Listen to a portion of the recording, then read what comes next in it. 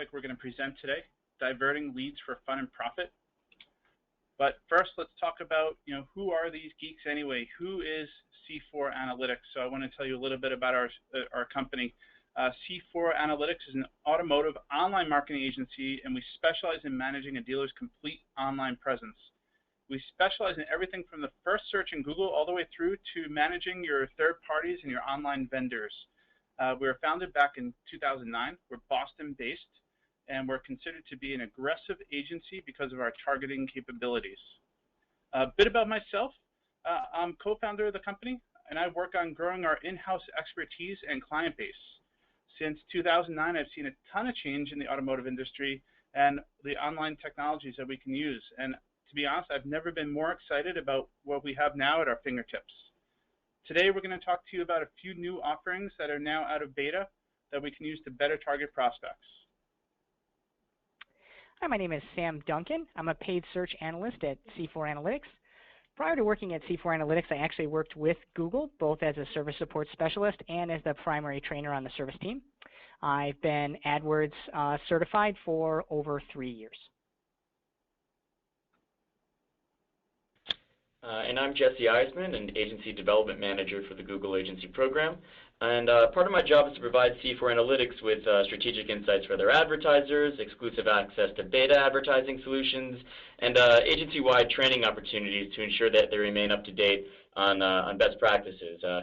But before we go on, I just kind of want to let you all know a little more about what this partnership means. So basically, my team partners with an exclusive group of agencies who we believe lead by example. And I've been working with C4 for a while, and over the course of this partnership, they've earned the distinction of the Google Partner Badge, which is basically Google's seal of approval given only to agencies that we trust.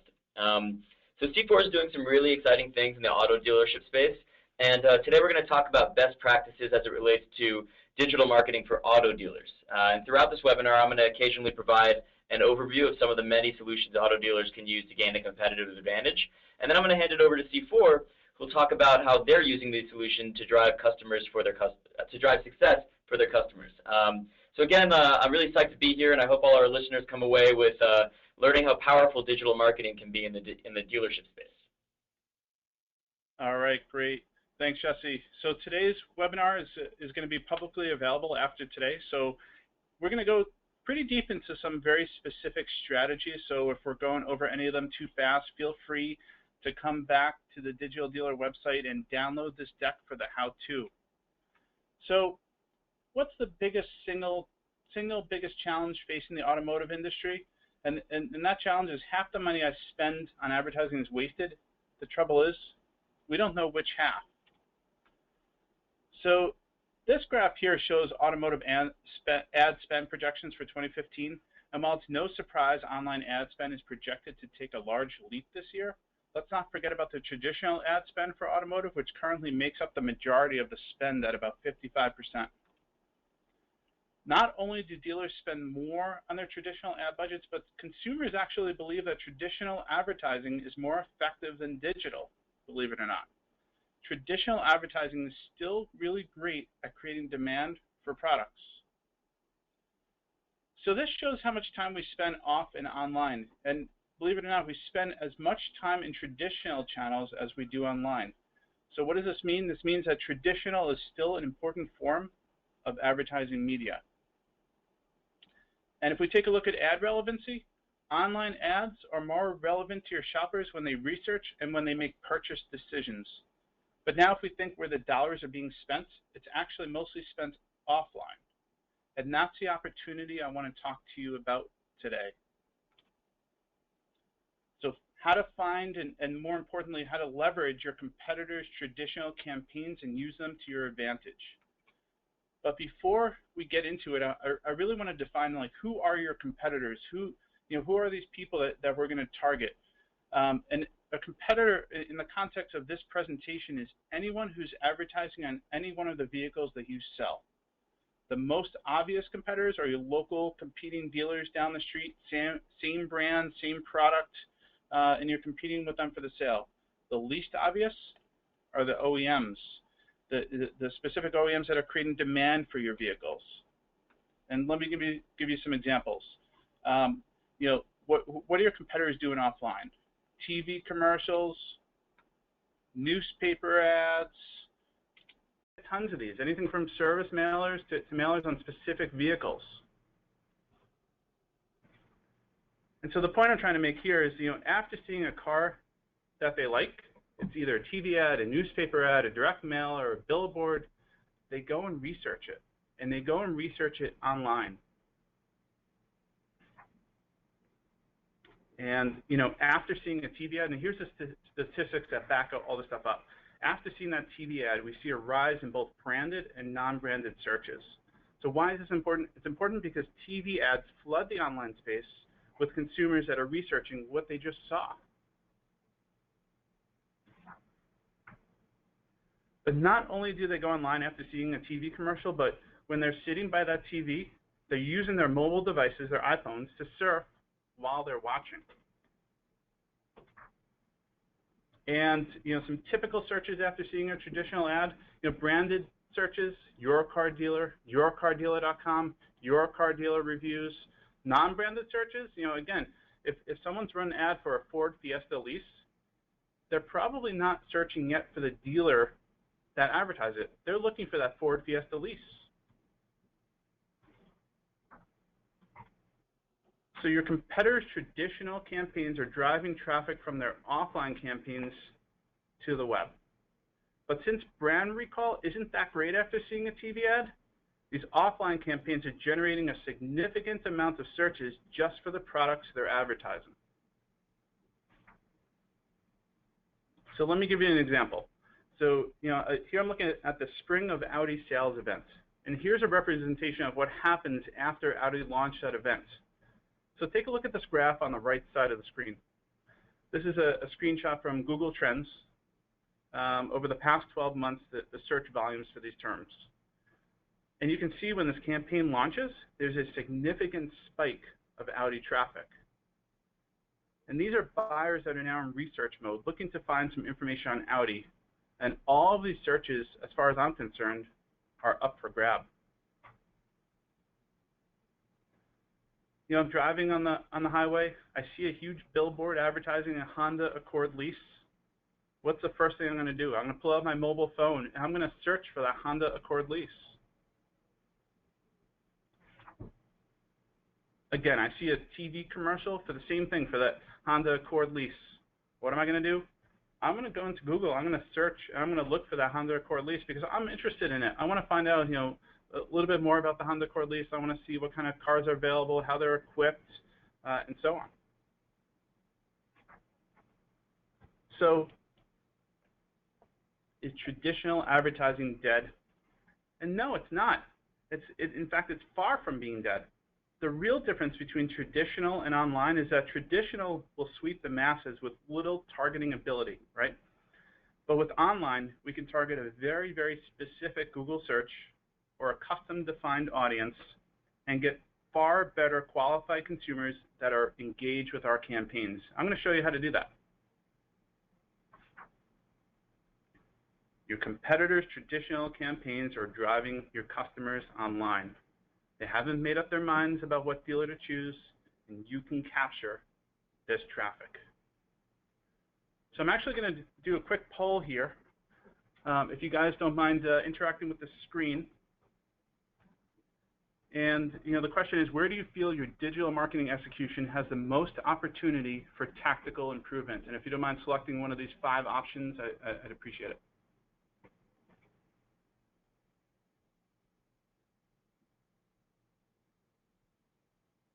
Okay, great. Thank you. So let's continue. So we talked about how your competition is getting qualified consumers to go search online. So now let's talk about how to identify that audience.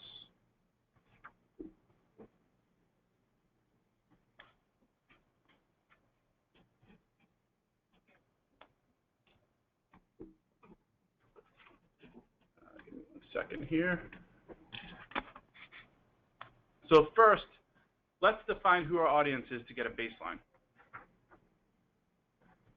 So this is a view in Google Analytics where you can see demographics of the customers that are visiting your website. We can look at everything from lifestyle attributes to how old they are. The nice thing about this is that we're now able to use all these attributes in AdWords targeting, and we're going to talk about that today. So are your customers mostly males who like home furniture, or are they females who like to invest? Let's find out. So how do I check? So if you have Google Universal Analytics installed, you already have this data, and you can use it. And if you don't have Google Universal Analytics, it's pretty easy to update the code on your website to use this free tool. So how accurate is the data? So I've actually included the URL to go to google.com/settings/ads.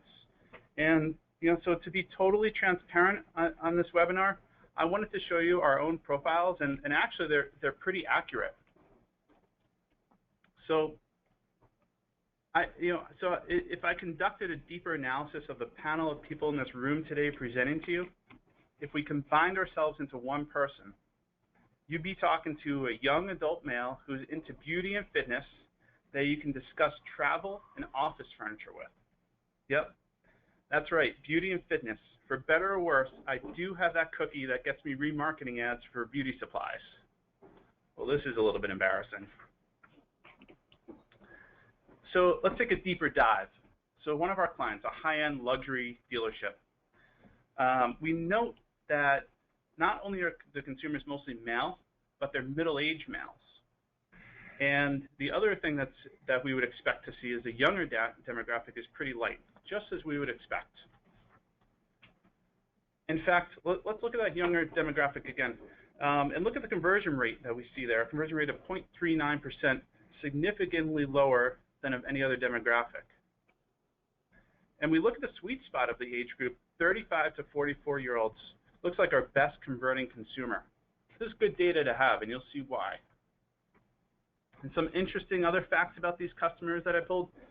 Movie lovers and TV lovers, they account for the most visits and form submissions of any other group. News junkies account for more form submissions than technophiles, believe it or not. Travel buffs submit more forms than both shopaholics and news junkies. A bit more information I was able to deduce from this. People that were interested in news and weather submitted the most total forms out of anyone else. Celebrity news visitors, they represented a close second for total form submissions. So now we know who our audience is. So let's take a look at some technologies from Google that will allow us to identify those audiences that our competitors are attracting. So, thanks, Mike. So I think the first solution on our list today is custom affinities. And as you already saw a few slides back, we have the ability to use existing affinity segments to get a sense of what people are interested in and how to reach those people with those specific interests. But before I go into what custom affinities are, I just want to give some context on how it fits relative to the purchase funnel. So when you think of the purchase funnel, we tend to think of it as a customer's journey to ultimately making a purchase. And there's a lot of models which define the different stages, but they all are something similar to starting with awareness, moving to consideration, evaluation, and then finally making a purchase. So we're going to go through a number of solutions today, but we'll start towards the top of the purchase funnel with custom affinities, which are generally considered to be an awareness and consideration play. So custom affinities should be looked at as a brand targeting feature. The solution is a complement to the larger affinity audiences, which is designed to reflect the most often targeted audiences for your brand. So that's what we saw like a few slides back. But with this new feature, you can now create your own affinity segments, and that's based on keyword themes that your audience would browse online. In doing so, you can expand your reach and brand awareness against a very specific audience segment. And this can help you connect with your ideal audience no matter how niche. So how does it work? Well, basically you select interests or URLs that your audience is interested in. Our system breaks down these interests and URLs into content themes, and we find users across the web who have browsed content related to those themes. So it's important that I mention that we're not actually targeting people who have been to these URLs, but we're just recognizing top themes in the URLs and finding users who have browsed those themes across the web. So in a nutshell, you can now take advantage of the world's largest array of contextual classifications with almost limitless potential to define and locate specific user bases. So now I'm going to hand it over to C-4, who's going to talk about how they're using custom affinities to drive success for the dealership clients.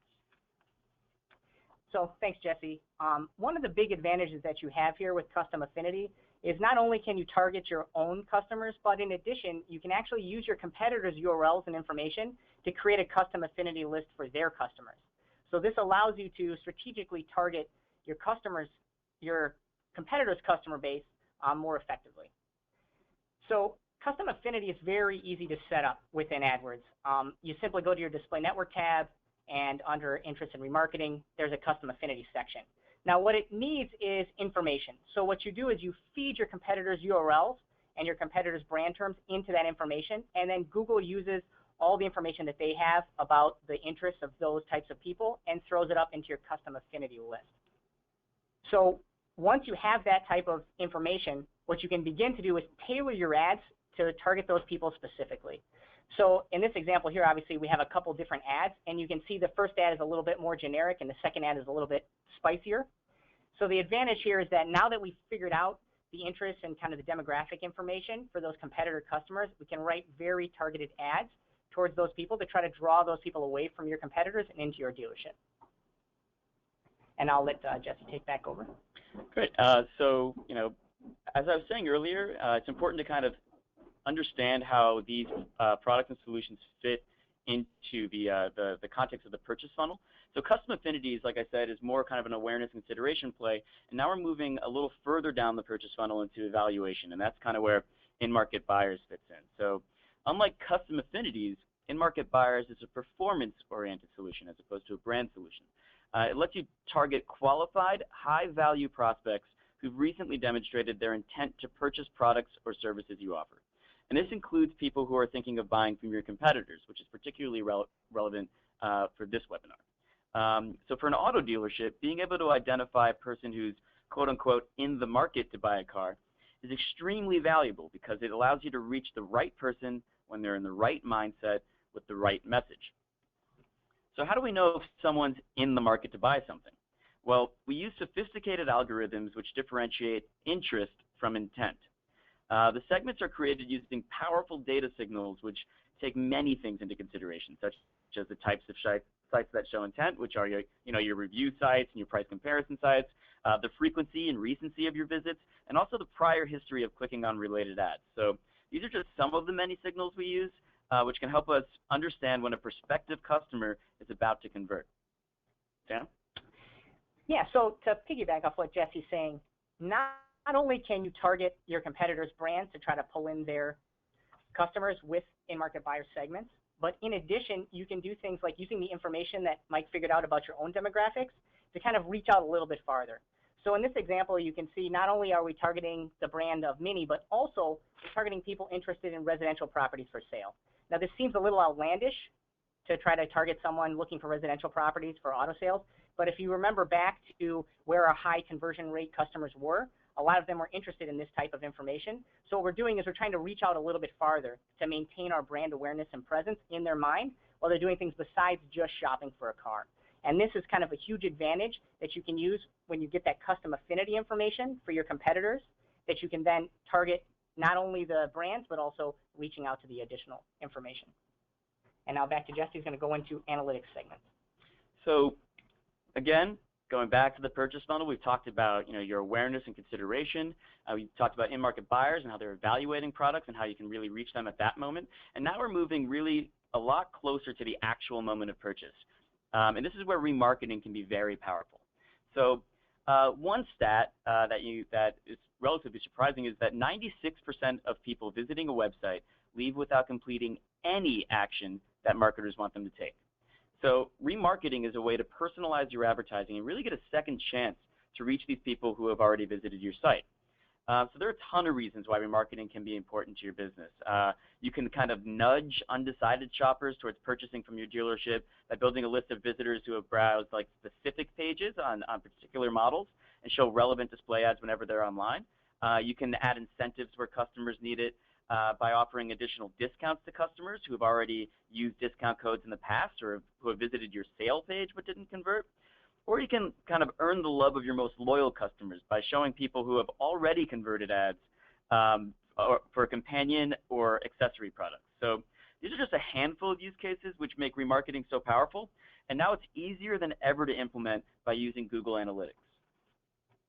So remarketing with Google Analytics combines the power of analytics with the reach of the Google Display Network. And so I imagine that many of the people listening may or may not be familiar with remarketing kind of in a traditional sense, but remarketing with analytics differs in three main ways. So first, it's simple and easy to install. So no more time-consuming retagging for each new remarketing campaign. After a one-time update to your Google Analytics tags, you can now create new remarketing lists and edit existing lists with no additional changes or site tags. And this gives you a lot more time to focus kind of on what's important, right, instead of getting bogged down in your site code. Second, there's far richer segmentation. So besides merely tracking visitors who have visited your site before, you can now also segment based on their visit duration, their browser or operating system they use, and their location, and all in an effort to better re-engage potential customers. These last options weren't available before using analytics integration with remarketing. And finally, third, there's far more reporting and discovery capabilities. So you can look at multi-channel attribution funnels, attribution modeling, cross-device measurement, cross-conversion funnel visualization, the list goes on. But yeah, remarketing with analytics is kind of, I would say, the next iteration, and how like remarketing 3.0, 4.0 goes on, but it's one of our most powerful solutions we can use in the dealership space. Yeah, so to kind of build off what Jesse's saying, analytics segmentation and remarketing is really in its infancy. I don't think that it's used as often as it should be, and it's an incredibly powerful tool that I'm going to kind of go into here. So just to kind of give you an overview, you can see that the analytics segment list here, this kind of what I was referencing in my last slides for the in-market buyers, you can see that this real estate kind of value area here has a high conversion rate. So the idea is to create an analytics segment around these people so that you can actually start to differentiate them from the other information in your analytics account. So here we can see we've pulled out, okay, we've got the movie lovers, we've got our age range. These are high value customers that we really want to target. Now the huge advantage of these segment lists is that analytics now allows you to just directly export this segment list into your AdWords account as a remarketing list and target them straight away. So as we move down through here, you can see that CPC is a big driver of new sessions for this campaign. So this is the segment list we're going to target, and this is what we're focusing on remarketing. This kind of gives you some background into why we're doing what we're doing. So on your analytics admin tab, you can see that there's a section for remarketing. All you have to do is define the audience, go down and just export that segment that you created in analytics into AdWords, and assuming your accounts are linked, it's then available as a targeting option in any sort of campaign you want to do. So I've kind of given you a couple of screenshots. You can see we're defining an audience, and then in the second screenshot, you can see that we've actually now transferred that audience to our AdWords account, and we're targeting that in a remarketing campaign. And moving another step past the display network is RLSA, which stands for Remarketing Lists for Search Ads. So, you know, when people leave your site without converting, you can help connect with, you know, these potential customers when they're continuing to look for what they need on Google.com or Google Search. So think of this as really kind of like a booster engine for your search ads. It helps you put great ads in front of highly qualified customers who have already shown an interest in your business, right? So RLSA allows customized bid adjustments, ad text, and landing pages for users who have already visited your site. So utilizing these capabilities leads to increased traffic and conversions, and generally with a better ROI than what you're currently getting on non-brand keywords. So not all search users are created equal, right? Not only are users who have already visited your site more likely to convert, but they can also be cheaper too. So for example, a dealership getting priced out of certain auctions for high-cost generic keywords could lower these costs by only bidding on these keywords for users who have already been to its site before. Or more specifically to the point of this webinar, a dealership could stop completely and exclude bidding on customers who have already visited its site, and therefore focus more of its budget on competitors' customers. So let's brainstorm about this for a second. If you have the ability to remarket to people on the search network, then why not use this to tailor very specific ad messaging to customers who've been to your website or who've share the same demographic information with people who've been to your competitors' websites, and then use that to create highly effective ads. So in this example, let's consider service. So, when you're selling a car to someone, you don't want them to just come in and buy one car and never come to your dealership again, right? You want to create a relationship with that customer so that they come there for future purchases, so that they come there for service, that you kind of build this brand in their mind for them and their family. So with that in mind, you can do things like create a remarketing list for people that have already purchased the vehicle from your site, or at least been to pages where it seems likely that they've purchased. Set the duration of that list to, let's say, 90 days, and then send them service ads for oil changes. So your goal there is that as soon as they're getting right around the time where they need to have their first oil change for their brand new car, you can start to hit them with ads for those services, and then that way you're right there in the front of their mind as they're on Google, and then they come in your dealership, they get their oil change, and it gives you another option to kind of get that person and maintain that brand awareness. Yep, so Mike's going to kind of cut in here. So we know your competitors are driving qualified prospects to the web. We know those prospects are doing both branded and non-branded searches, so there's that search interest that's being generated. We've gone over the technologies just now that have allowed us to identify who these prospects are. So now, how do we convert this prospect into a customer of our dealership? So what I'd like to focus on now is let's talk about the different types of ads that we can run. Everyone knows that when you talk to any agency, including C4, a lot of our focus is going to be on different types of strategies. We're going to target competitors, we're going to do display advertising, but one of the things that gets often neglected is let's just write good ads, right? Your ad's going to show on a page with up to 11 other ads in a search page. How does your ad stand out from everybody else? So one of the newest technologies that Google has introduced is something called a countdown timer ad. So the advantage here is it allows you in a text ad to set up a target time period for an ad where it automatically counts down. So you can do things like write a special for a month and then have a countdown till the end of the month. This creates urgency in your ad text, which increases your click-through rates, improves your quality score, and basically makes everything better in the entire world. So one of the huge advantages of these that people kind of miss out is, in addition, at the end of the timer, the ads will actually stop themselves. So you don't have to worry about rushing to make sure all the ads are taken down. If someone gets sick, oh my gosh, are the ads going to run over the end of the month? No, once the countdown timer ends, Google will automatically pause those ads. So this is a huge advantage for doing things like spring sales events, like we talked about earlier, or even just monthly lease specials. In addition, we want to use very aggressive language in our ads, right? We don't just want to have a very basic ad like you can see at the bottom here. You've got a Ford Edge lease. Click here for the Ford Edge. Very basic, not very compelling. But the ad above it actually has a price point in the ad. You've got ad extensions branching out. You've got a call extension there. So this is giving much more information to the user so that not only will they be more likely to click on your ad if they want that $149 a month lease, but in addition, if they're not willing to pay $149, they save you money by not clicking on the ad. That's the kind of advantage that you get from writing competitive and really aggressive ad copy.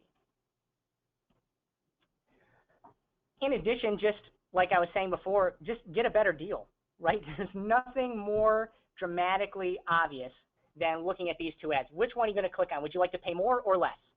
I mean, it's an easy answer, right?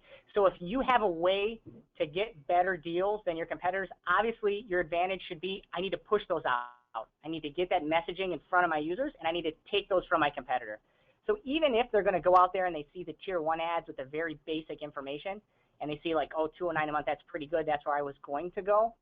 If your ad is right there in front of them and says $149, they're going to go with your ad every time. So you're directly taking customers from your competitors and bringing them into your dealership.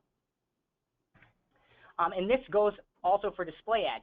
So this goes kind of back to leveraging the manufacturer's ads themselves. So the manufacturer writes a very basic ad that generates kind of the awareness of the brand, puts the desire out there, but you're trying to pull the people who are just desiring in general to get a Ford Edge into actually getting into your dealership. So the advantage here is once you start putting in your price points and your specifics, you're going to pull from just this general demand that anyone can have and really start driving your brand into people's minds. This also goes into reviews. So you have 11 ads on a page. You need to stand out. So if your dealership is highly reviewed, you've got a lot of stars, 4.5 stars, 5 stars on Google, this is obviously something that's a plus for you. So you want to get that in front of people. You need to set up the ad extensions that Google offers. You need to make sure that whoever you're working with sets up those ad extensions. And you need to get in front of people and aggressively pursue those reviews from your customers. If you don't have this type of information, then even if you're the #1 ad, people are going to go with the #2 ad or the #3 ad. I think we're all pretty well aware of where kind of eyes track on a search page, and it's those first 3 ad spots. But it's not the top ad that matters. It's any of those top 3 ads that's going to be the most compelling. So if you combine price points and combine highly targeted ad copy from your RLSA that we talked about earlier, and you have review extensions, that's really where you're going to make the most effective ad copy, and you're really going to drive taking customers from your competitors and bringing them into your dealership.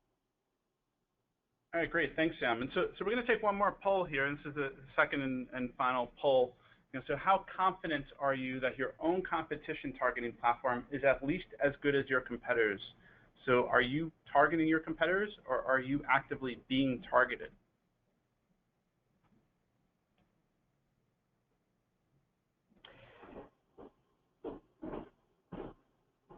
Okay, thank you.